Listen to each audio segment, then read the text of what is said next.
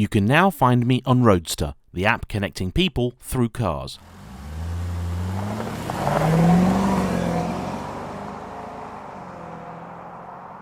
Hello everybody, another day, another Jag.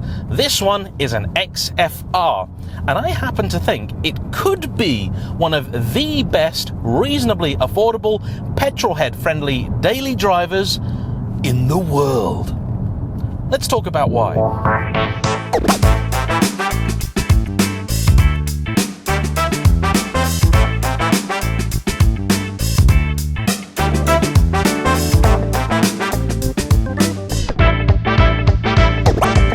I've been looking forward to this review for quite some time, and I'm extremely grateful to this car's owner Elliot for bringing it to me. He made only one request of me today, which is that I give a shout out to someone very special to him. Hello Lottie! Anyway, the XFR. This is, as you might imagine, a member of the XF family, introduced in 2007 as a replacement for the love it, hate it S-Type. But underneath, this is in fact very much the same car. It is marginally tweaked to meet the newer crash regulations and so on, and the body style is dramatically different. Though there are a couple of touches that hint at Jags of old, the whole thing is far more forward-looking than the S-Type was. This being a Jag though, and the company being as oddball as they are, there were a few decisions made that left some scratching their heads. The first of which was the headlights, because the original CXF concept car had some very sleek, futuristic looking items, very much the same as what you've got here in this facelift version. But the original had some rather frumpy, odd looking things that I don't think are particularly attractive. This facelift incidentally came in around 2011, and for me is the much better looking car outside and in. The other strange choice that Jaguar made was that they carried over nearly the entire engine lineup from the S-Type. So you had at launch the 4.2 litre V8, the old Ford Duratec derived 3 litre V6 petrol, and also a Ford diesel, though those stayed throughout the production run, receiving some upgrades. The last XF I drove was one of those original cars. It was the SV8 and featured at its heart the 4.2 litre supercharged unit you'd find in the old S-Type R, XKR and XJR. In spite of the aging power plant, I've got to say, I rather fell for that car. But as a package, I just couldn't get on with the looks. I am a card-carrying tart. I mean, look at me.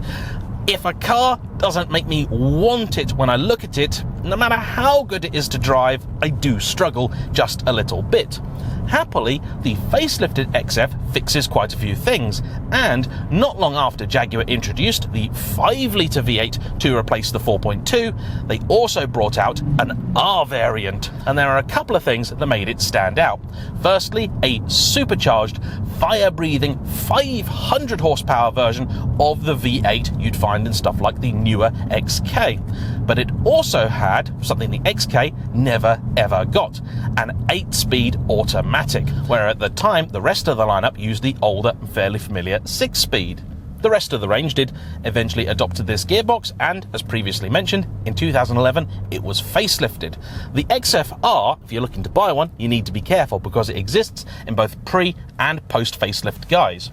To my knowledge, there isn't really any difference whatsoever in terms of performance. Both have 500 horsepower, both have 460 pound-feet of torque. That's about 625 newton meters. And if that isn't enough, it is fairly well known that if you want to get a lot more out of this engine, that's actually fairly easy to do.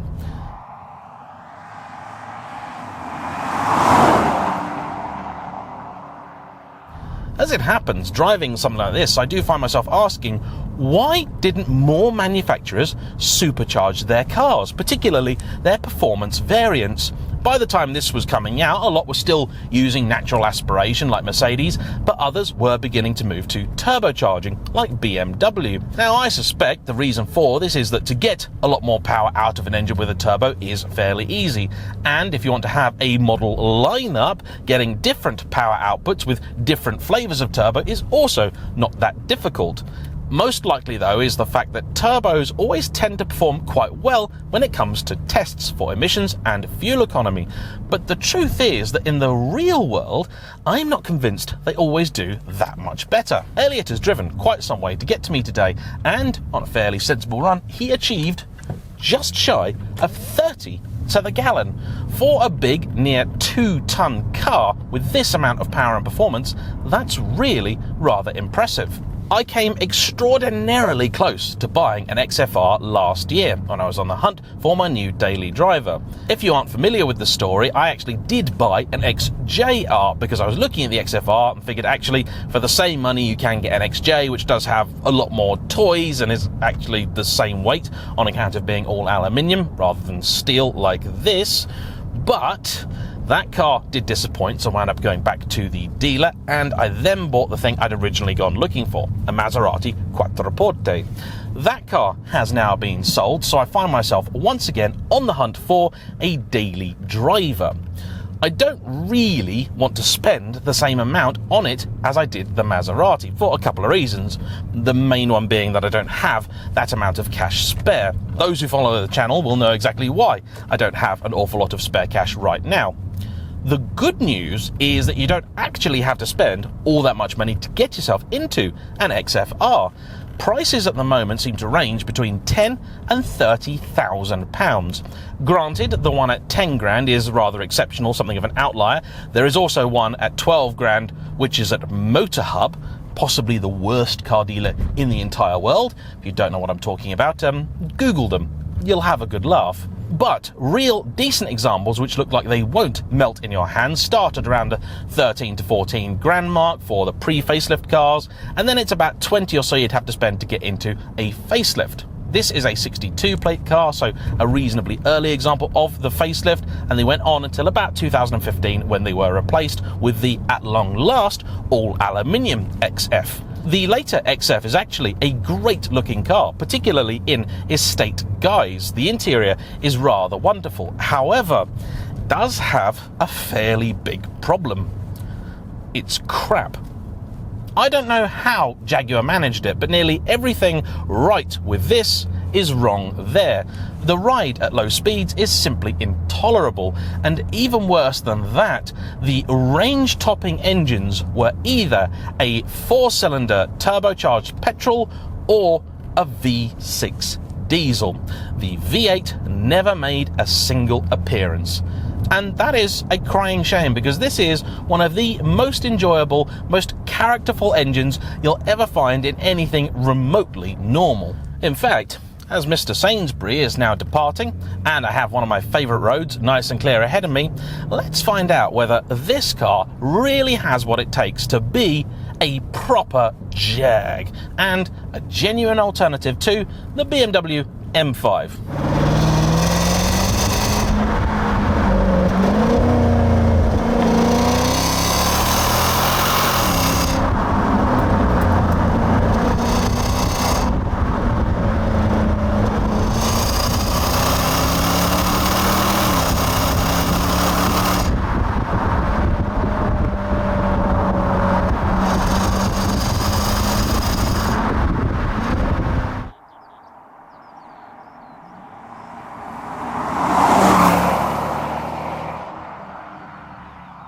A proper Jaag needs 3 things: grace, pace, and space. So let's go through those. Does it have grace? That to me is a 2-part equation, in looks and in the way that it goes. I don't think this is an especially attractive car. The Maserati is certainly the more shapely, handsome thing, but it's a good looking thing. It's a solid 7 out of 10, particularly in British racing green, which would be my colour of choice, and with a little bit of help at the back. This is a speed pack equipped car, which gives you, amongst other things, that little spoiler at the back. It looks slightly aftermarket, and I have to say I'm not a big fan, but it at least makes the car stand out just a touch. The silver colour is not my or Elliot's first choice. However, he made the very sensible decision to instead buy the car which had the right history and the right interior. This combination of red and black leather, carbon fibre, aluminium and some contrast red stitching does make this feel like a place just a cut above. The presence of a sunroof also makes the cabin feel a little bit less claustrophobic than it otherwise might. Unfortunately, it's only for the driver, it's not a panoramic item, but it does open, and sunroofs are one of those things that they seem to be making a little bit of a comeback. I hope they stay, because for me, they really do add to the experience. If the weather was as nice today as it has been for the rest of the week, I would definitely have it open. So it looks reasonably elegant. Does it ride like a Jag? Yeah, it really does. The SV8 had a feeling about it that was almost ethereal. It just flowed with the road in a way very, very little else does, especially not stuff weighing quite this much with the sort of performance potential these cars have. Jaguar really do know what they're doing when it comes to suspension. If anything, I'd say this is superior to the XJR, which in fairness is just a little bit too firm for my liking. At lower speeds, you can certainly feel there's an extra firmness to this car over the SV8. It moves around a little more than that car does. The payoff, though, is better body control in the corners, although the difference, if I'm being honest, is marginal. Grace, then, it definitely has ticked. What about pace?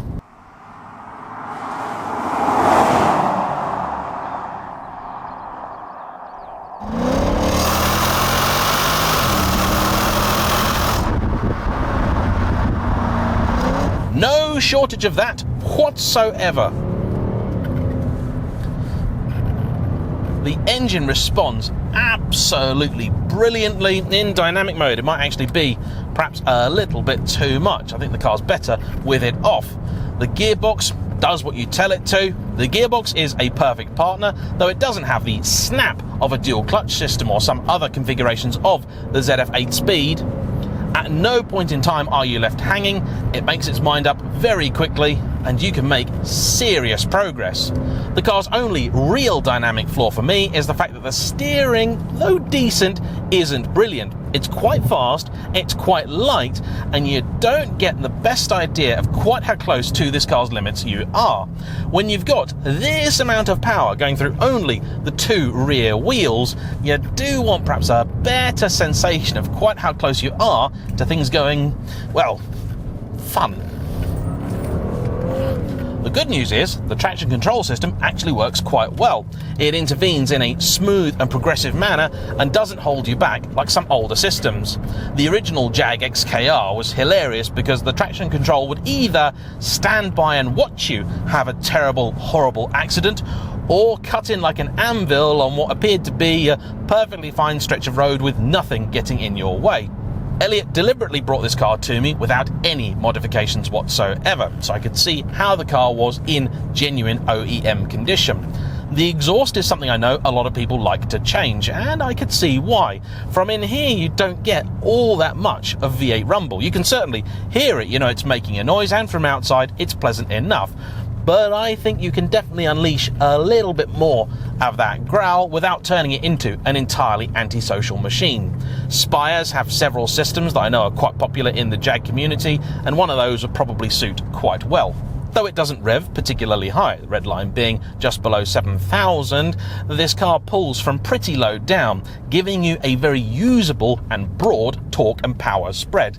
This, to me, is actually far more important than having a screaming Banzai top end, because that's not where most people spend their time, certainly not in a car like this. Pace, then, another tick.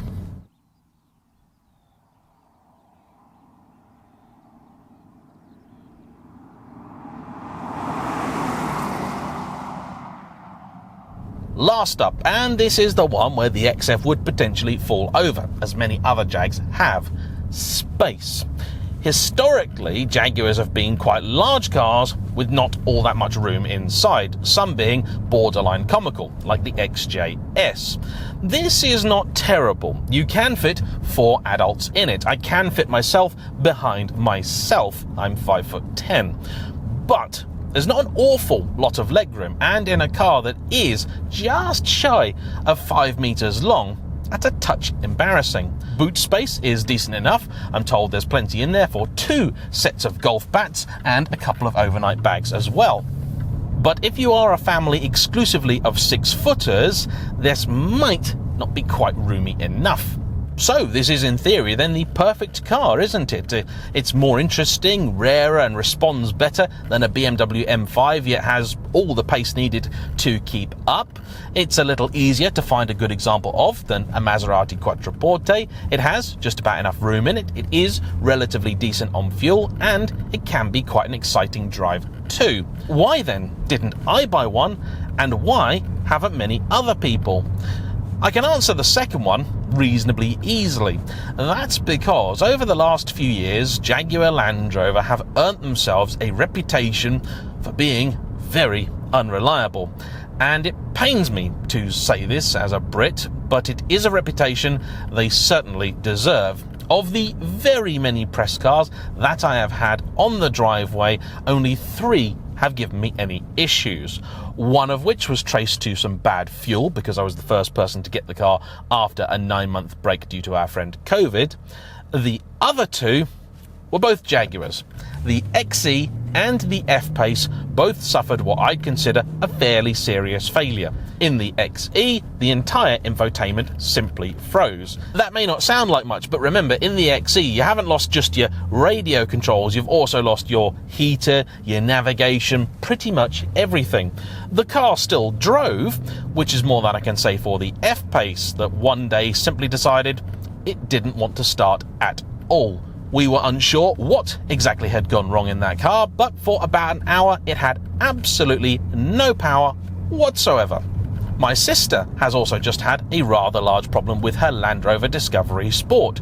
The timing chain snapped, stranding her 2-year-old and her 4-month-old child on a dual carriageway. Guess who's never buying a JLR product ever again? And I speak to a lot of people who either have a story like that of their own, or they know someone very close to them that have had something happen to them. And it's for that reason that people tend to steer clear of Jags. Happily, though Elliot hasn't owned this car for all that long, in the time he's had it, the worst thing really that's happened is a piece of trim has come ever so slightly loose. The car's only on about 46,000 miles with not very many owners, so you'd really hope not all that much had broken. And it certainly feels like a car that is reasonably well screwed together. Creaks and rattles are at a pretty much minimum. The infotainment here is certainly quite out of date, but it works well enough, and you can upgrade it to make it Android Auto compatible, which is quite important because if I were going to buy one of these as a daily, that's something I would need. Why then is it that I didn't buy one of these? Quite simple really. As a card-carrying tart, I do like to stand out, and as soon as I'd driven the last XF, I suddenly started seeing them everywhere. In fact, somebody only a mile down the road from me owns a white XFR, and I'm not sure I could cope with somebody else having a nearly identical car.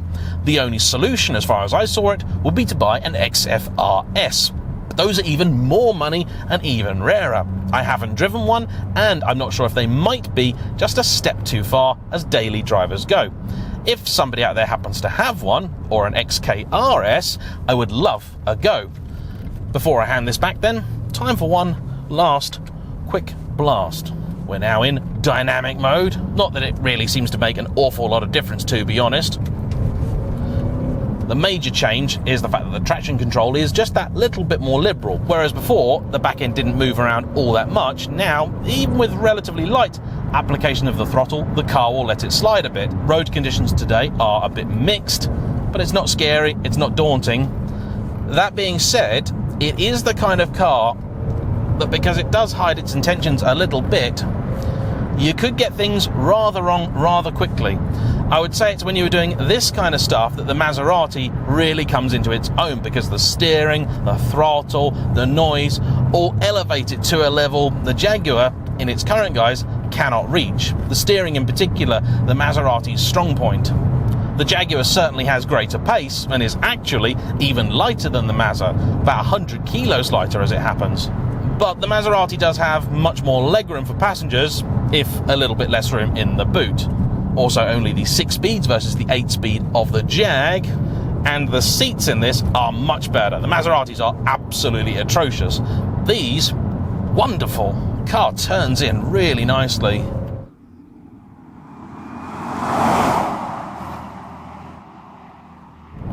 It may be a little less fancy in here than the XJ, but to me, all of the Jaguar qualities are just as present and correct in here as they are there, and this is the better looking car. It just is. One of these or an F10, you know what? I'd take the risk of having a Jag, and the fact is these engines are actually very, very durable. Insurance isn't even that bad. Elliot is only 25, and for this and another reasonably sensible car, he pays only £1,000 a year. That's decent. I don't think you get that with an M5. I also like the fact in here, I know it's a silly small detail, that the Jaguar looks at you. This is something that Richard Porter or Johnny Smith pointed out, and as soon as they did in the XJ, I couldn't unsee it. You want the Jag to be looking at you. Apparently some cultures, they find that intimidating, which is why they dropped it. But for me, I love that. And I love all of this. The XFR is brilliant. Thanks, Elliot, for bringing it out. Thanks to you for watching. Please like, comment down below, subscribe if you haven't already, and I'll see you for the next one. Bye-bye.